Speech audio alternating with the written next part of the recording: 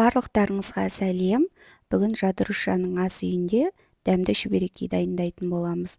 Ол үшін бізге електен өткізілген ұн, сұйық май және ыстық қайнап тұрған су және шай қасықпен жарты қасық тұзды жақсылап араластырамыз.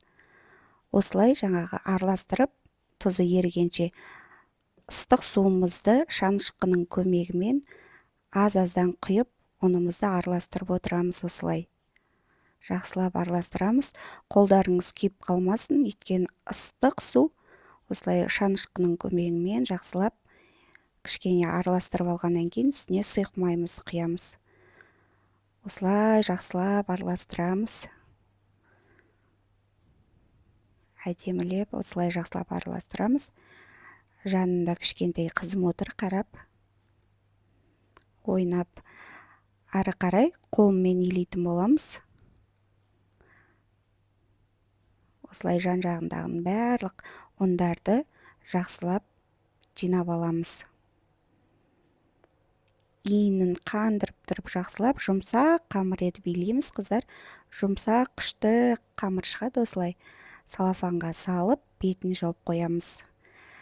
Осылай жаңағы шүберекейіміздің нанын бөліп аламыз. Ар жағында менде бауырсақтың рецептері. Ол бауырсақ пісіріп жатырмын. Бауырсақтың рецептерінде сіздерге түсіретін болам. Менде жеті-шелпектің ашытқысыз түрі бар рецепт. Енді ашытқының көмегімен сіздерге рецепт салатын боламын.